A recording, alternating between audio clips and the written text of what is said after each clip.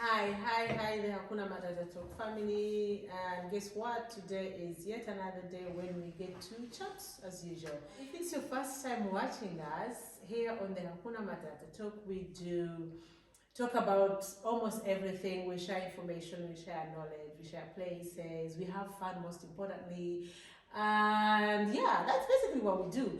And so going back to what we are going to talk about today, some months ago we talked about scholarships, and I received so many questions, some of which I tried to answer, but most of them I couldn't answer. Like most of them I couldn't. And today I decided, like, how about we try to talk about the most asked questions and we answer that. And that asked question, there were two or three. One was, how do I write a motivation letter when I'm applying for a scholarship? And then another question was about private sponsorship. I mean, people who have their money and want to come here and study, or want to send their kids to come and study in Europe. How do you do that? Where do we start? So we are going to focus mostly on that. And yeah, of course, I had to bring back my people. I'm the coordinator, basically, but these are the guys with experience, these are the guys with the information we need. So for us, we don't want this hearsay stuff. No, when we say something, we talk about it and we give you facts. So here is Nash again, Julius. Nash. Yeah, I'm Julius. I'm happy to be here, and I'm happy to share again, and I'm happy to share the information I have. Thank you. Because it helped me, and I think it can help someone else. Of course, we really appreciate you making this time. Yeah. And Martin again. Yeah, it's a pleasure to have you, Ken.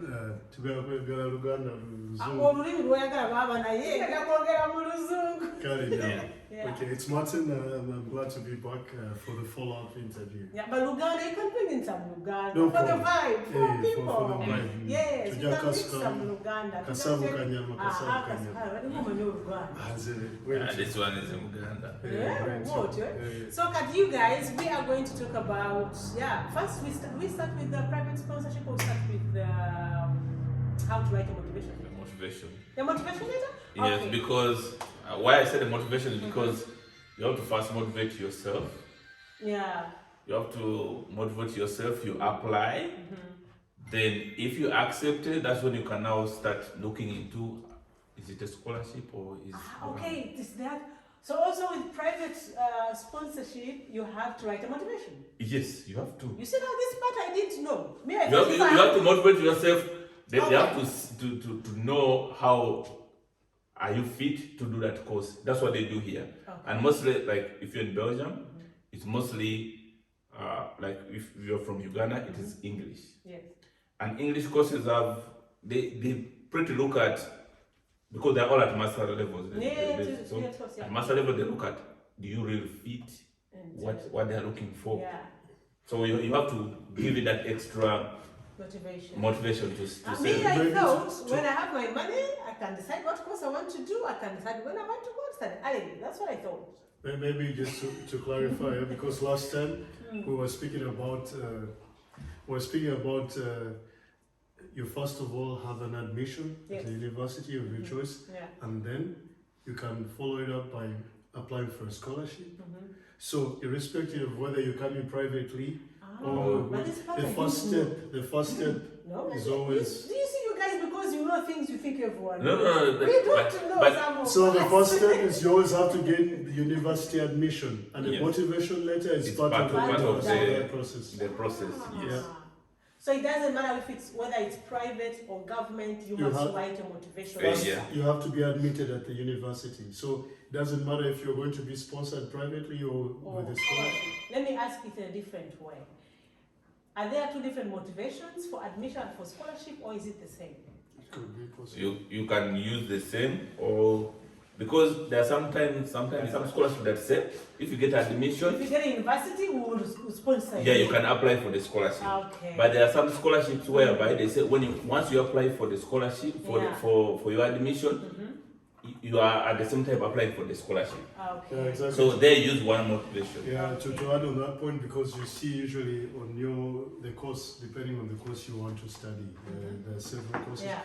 But some courses, they say that there's an option of a scholarship. At the end. At the end. Once you're admitted. Once you're admitted. But let's go back. If you guys, if it's your first time watching us, we did a video some time back about scholarships or how to apply for a scholarship to study in Belgium or in Europe or anywhere in the world for that matter.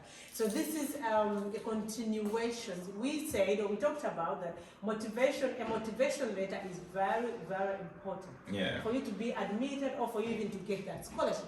So that's why people went ahead and asked, how do I write a good motivation?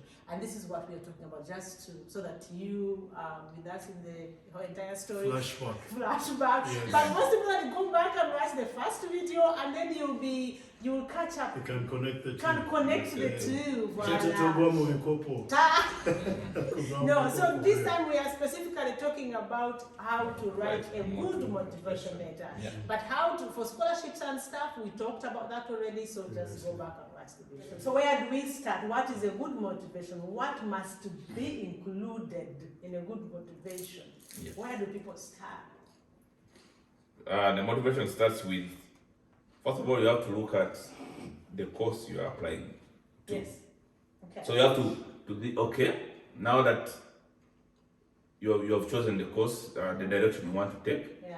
So you have to inform the other people that this course is going to help me like ABCD in the future. Mm-hmm. So you have to give that what reasons why you want that course. Why you want that course. Okay. But just saying a reason why you want that course is not enough. You need to be like very specific. You need to write to explain the real importance of that course to you. The objective. The objective. Yeah. And that's why here it comes in, that's why you talk about there might be different motivation letters for the scholarship and for the just to be admitted. To be admitted, exactly. For the scholarship, you need to give your objectives why you need the scholarship. Why do you need a scholarship? Why don't I give it to him? Why don't I give it to another person? Why should you be the one? Okay. In that case, you need to explain specifically why, clearly why you need it. Okay. Like you can say, okay, you have good grades. Mm-hmm. Yeah, but you talked about it, and also having good grades that comes in the first place, basically. You can be financially disabled. Yeah, you can be financially disabled, but you have to give proof that you're financially disabled. Yes. Yeah, but is that the right word to use? Not really. No, you're financially stunted. Not if you're self-disabled. The thing that you are not stunted. I've never heard of this. Financially stunted. You see. No, these people say special when you needs. You can say you are a special needs person or something.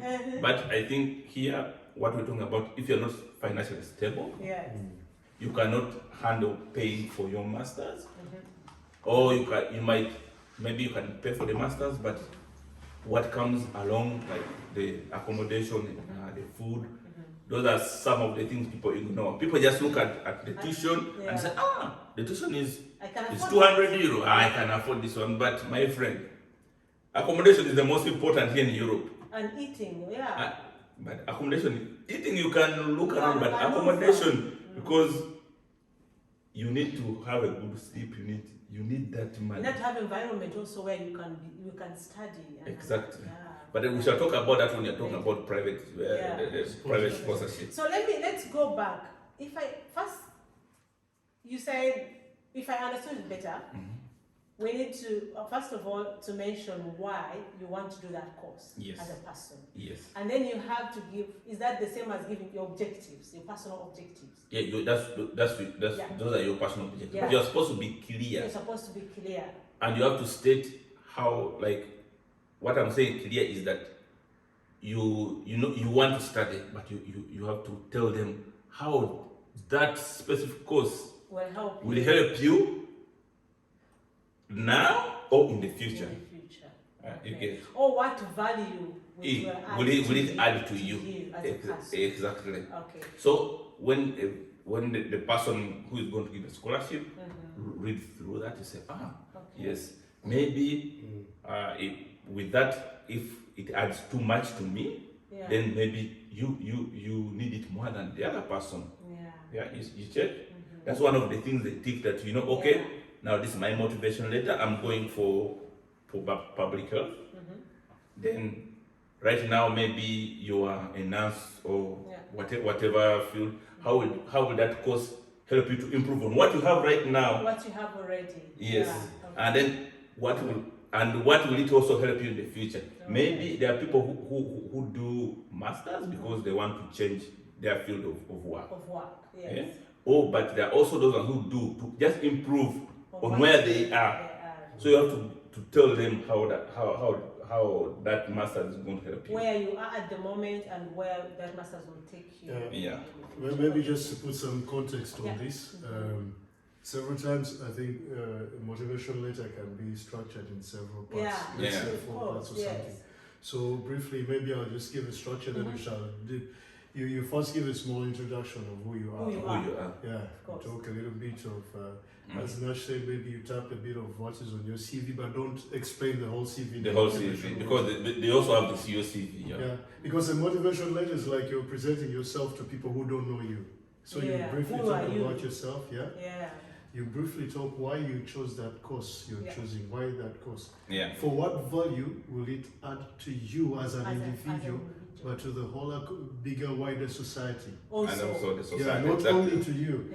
So if you choose, for instance, you said public health, it's going to help you. Is the master going to give you skills that you need to push the impact you're already doing, the job you're doing? Is it going to improve you, create a further impact or something? On other people, yes.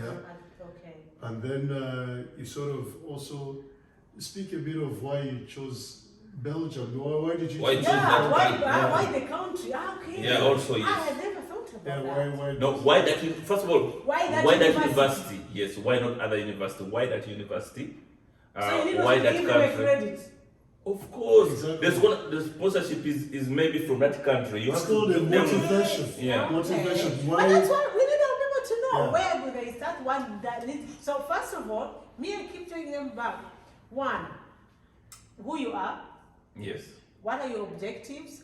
Why are you choosing that course? What what value? Of what value? Why are you choosing that specific university? Yes. That's where we are. And also you can talk about how will it on the society. So for you as an individual and also for the society. For the society. Oh, okay. Because I think most people who give scholarships is not for you to develop as individually, but also have an impact on the society. They want to impart you with skills that will go and make a wider positive impact. Not individual. Magnify, because they say by studying that master, you're adding value to create further impact. Because as you are, when you're missing certain skills because of lack of that master thereof, in English thereof, you cannot be able to reach a certain impact level. But with the skills that you're looking for in the master, you're able to impart these skills. So once you have those skills, you can make your impact further and wide. You can boost it. Boost it. So to go back to that, when you're applying for a master's or a scholarship or whatever, don't only think about yourself. Think about the impact, the greater good. That's the right one. Think about the great, not only about you, but the greater good for everyone around you. I don't know how Nash says it, but for me, I think that is always the hot spot. How you're going to change your society. Rather than looking at your skills in when you go back. Because they believe, not forgetting that for I see where you're going. No, this is something important. Because when you're applying for a master's or for a scholarship, these guys want to be sure that you will go back and apply this in your community. Why are you laughing? Are you doing impact? No, so in the motivation, do not forget that part. That I want to come back and do A, B, C, D in my community or in my environment. So for the greater good, but the greater good of wherever you come from. Okay? Voilà. But then these things are I think maybe we should go more in details for each part, because me telling you write your objective, You can say A, B, C, D. Okay, Write let's this. pick, to be specific, let's pick a course and specify on that course. Yes. Yeah, so that whoever and anyone can apply this regardless of whatever course they have studied or done. Yeah, that's good. So what should we choose? Your own? Maybe. Because you've done that. Let's You maybe you choose talk the field of health. Or we can do public health. Public health, that's Public easy. health is easy to defend. Yes. Now, as he said, you need to talk about yourself. Okay. Talking about yourself, don't say, I'm this and this, my grandma is from here, I'm from Mumbai. No, I'm circumcised. No. When they say talk about yourself, you must refer everything to your objectives. Make sure that everything is synchronized, everything is attached. Talk about yourself in terms of the course you are doing. You say I'm this. I've done a master's, a bachelor's in this, and after doing this, I started working in this field, and then that's when you give that. Now I'm maybe doing this to improve on this and ABCD. Okay. But don't begin saying other things like brief, because a motivation letter is supposed to be like 1 page, not a whole. Just an introduction that leads to what you're going to do. Because let's say I'm going for a master's in public health. I tell you, I'm Julius. I'm maybe 24 years. I have a bachelor's in this. I'm working in this public sector, and I want to improve. That's why I'm going for this master's too. Indeed, to add on Nash what he says, as you're introducing yourself, maybe briefly there, don't try it. You can even just get a small statistic. You say, Uganda is known to have a high infant mortality rate. Just a small one. I come from a country, Uganda, Martin, I come from a country which struggles with maternity deaths or something. It's a very small line. So you're giving them the context of where you come from and what problem is where from the country of origin. So you say like Uganda is known to have a high maternal fatalities or something like that. And on this basis, I having studied the structure of the course and the units therein and the content, I'd find that this course will be relevant to impart some skills on me that will help improve the situation. Maybe help maybe with the skills you have, you can get to know how the maternity rate is either increasing or reducing, and you also use the solutions to reduce on the maternity rate and those things. But you have to be clear, like you specify, like don't say like when they say objectives. Maybe you are motivated. Okay, first of all, when you're writing, but you also have to write your strengths and weaknesses. Somewhere you have to. It's a motivation. Yes, because you have to tell them. Like people say, I'm very good at this. I'm very good at this. I'm very good at planning. I'm very good at because you have to sell yourself so that the person says, if you give him a scholarship, will do good. But don't just say I'm very good at this. No, give an example of how good you are. You say you're a planner. You're good at planning. How do you plan? You say I'm good at planning. Maybe you say, I always have an agenda, I always put my things on agenda, and every day I keep on looking at what I'm supposed to do. Exactly. Or for instance, you say in your organization where I work currently, I'm in charge of creating task schedules for different employees and plan the work schedule in the coming months or years. You demonstrate with what you look for something in your job, which you say, for instance, at my job, I'm in charge of scheduling work jobs for my colleagues for the coming 1 month, 1 quarter or something like that. So you have to be demonstrated. And as Nash says, we Africans or generally Ugandans, we are not precise. Get at 1 point. One liner. 3 lines to mean the same thing. Then in the end they just make 1 point. So these guys are precise. So and I don't know how big a motivation letter? 1 page or 2 I think pages? no, one page is But good then, enough. I think one Because page if you like, Really? I think the best motivation letter is one page. And they Because set it- And you the don't second need 2 paragraph, they pages. should already Yeah, they Yeah. set it. impressed Yes, But, exactly. yeah, you need They this. should want to, because to read more, to know people, more. people don't want to read. When people look 3 pages, say, I will say, this is too much. Maybe, but the person sponsoring Yeah. would love to just something small, would even say, this is more appetizing to read and finish. And finish. Eh? But by the way, as Nash says, it could be a reason for disqualification if you have 3 pages. Because now most universities and most courses, they clearly state, write a motivation not exceeding. 1 page. They One put page. it there for Yeah. you. Not And you should exceeding, really so respect that rule.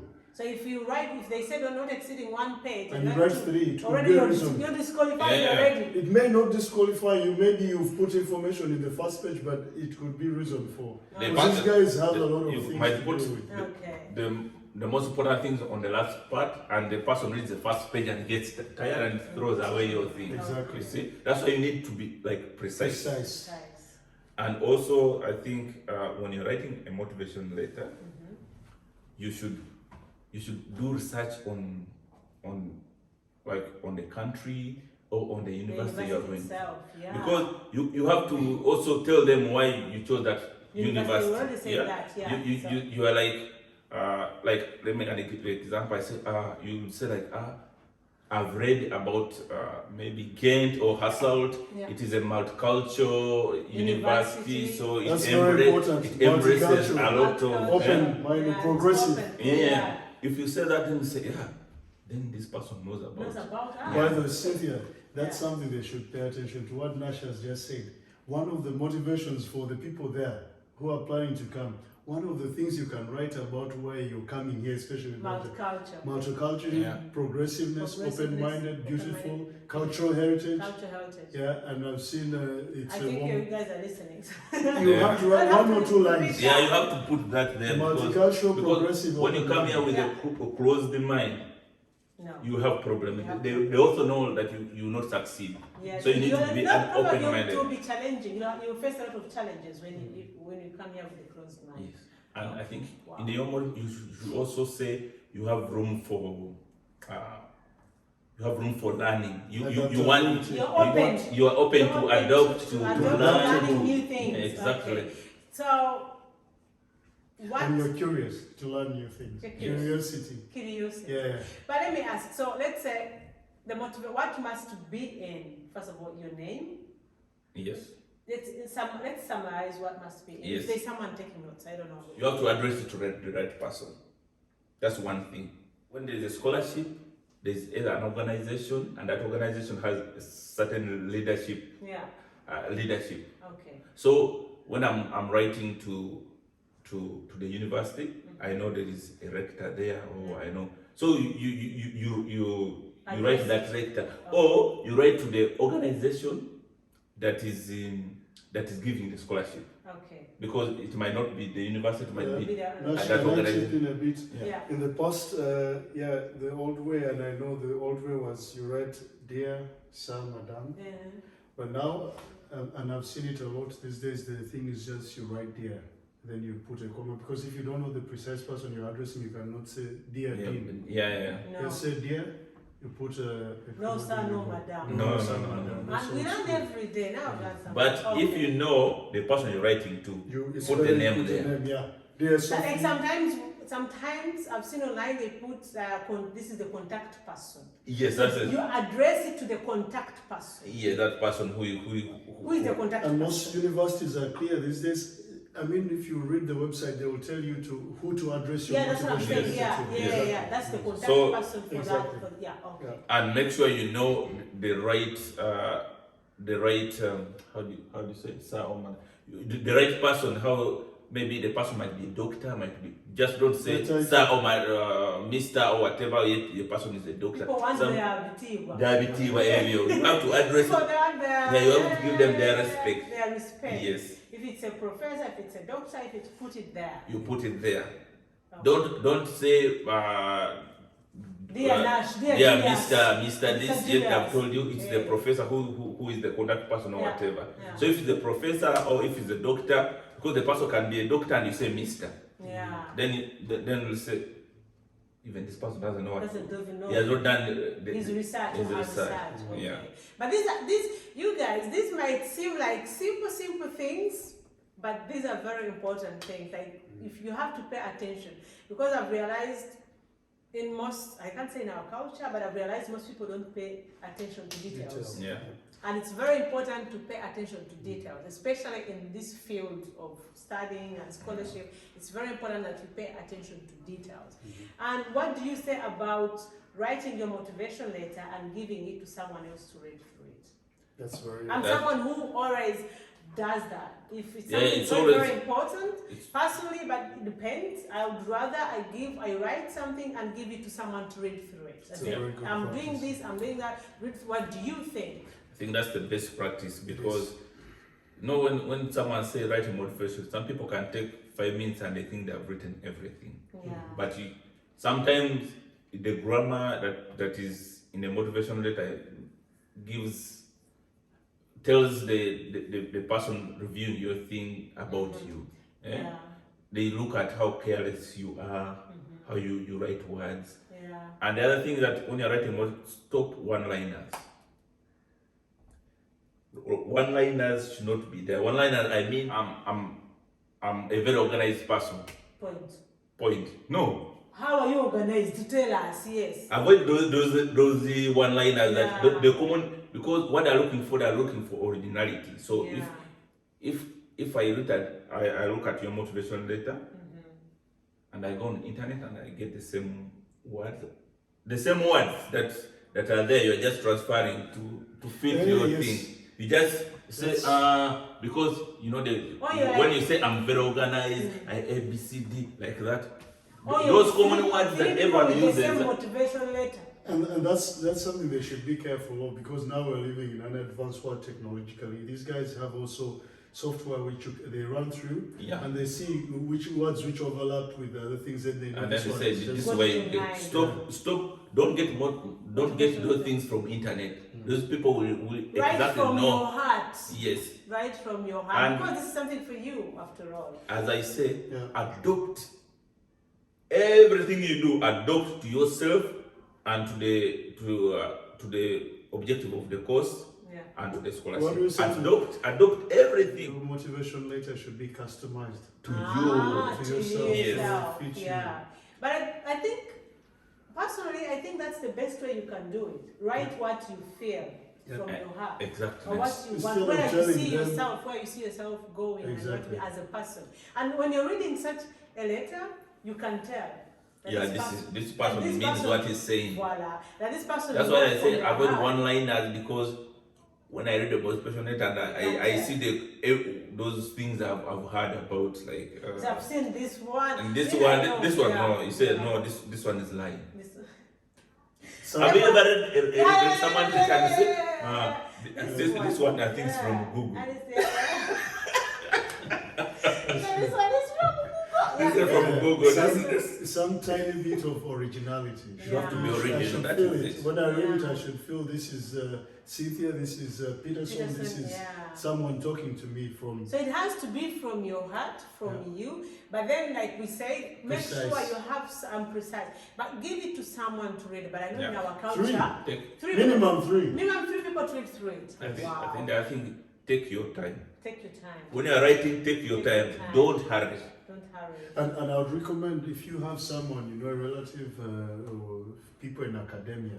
That's what I was going to say, that who is the right person? Because, these things, when I'm back home, as a when we're doing these things, sometimes we don't want people to know.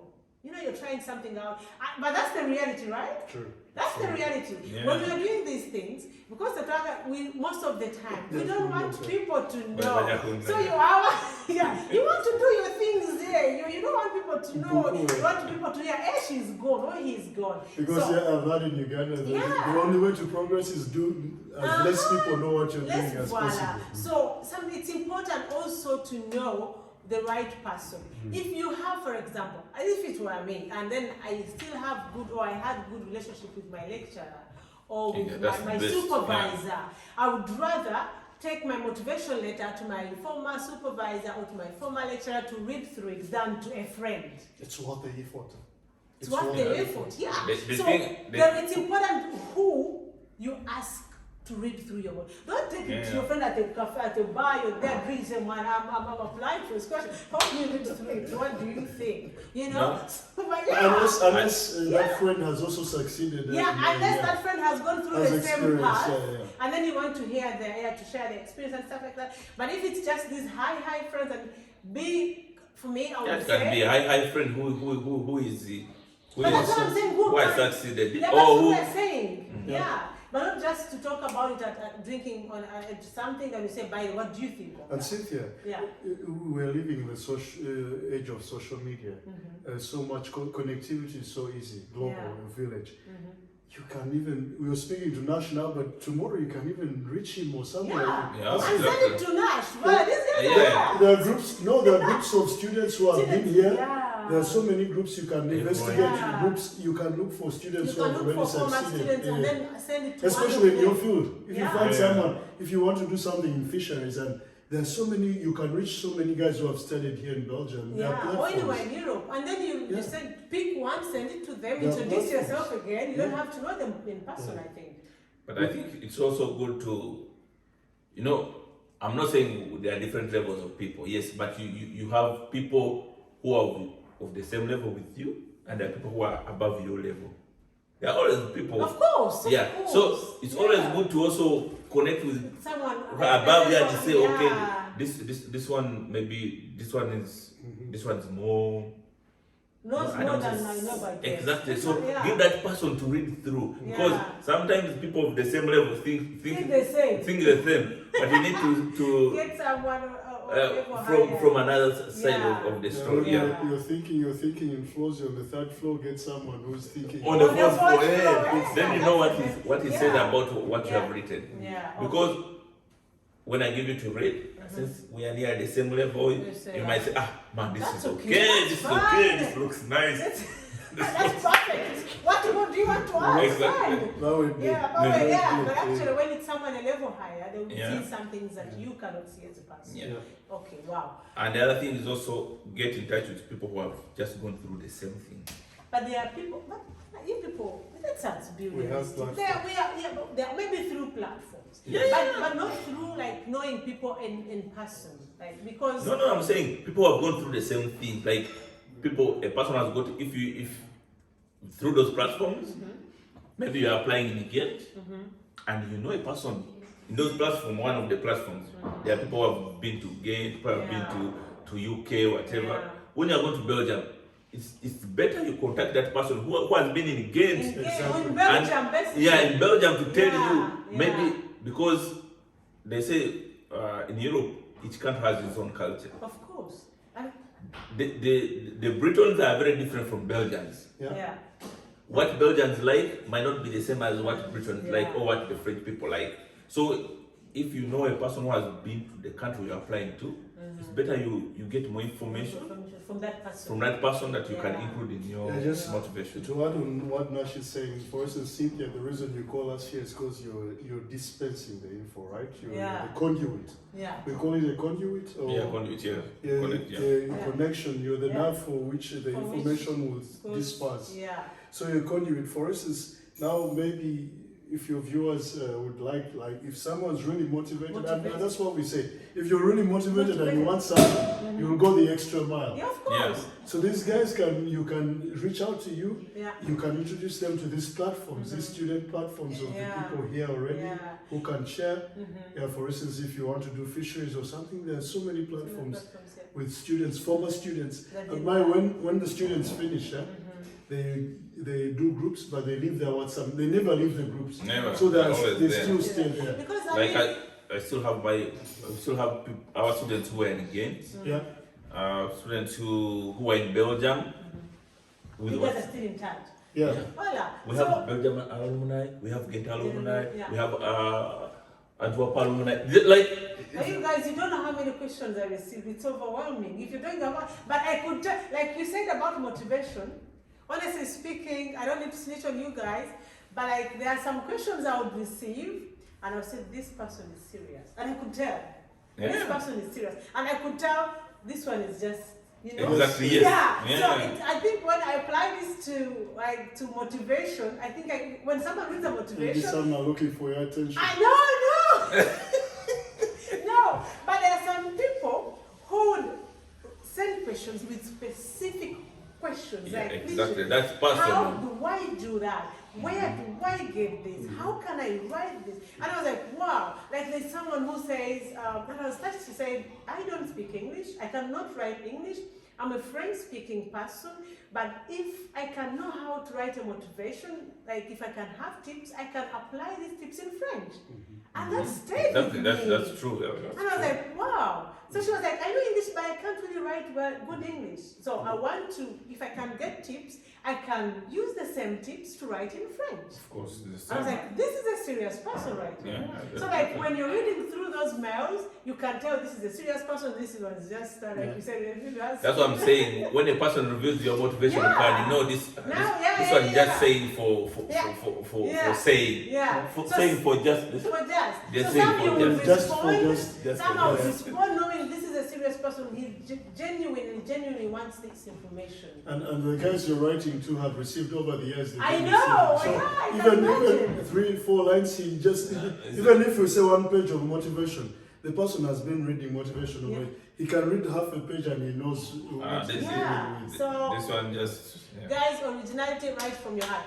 Anything else about motivation, or we go to scholarship too? I think just to conclude is that personalize your motivation and make sure it synchronizes with the objective of your course and the objective of people giving scholarships.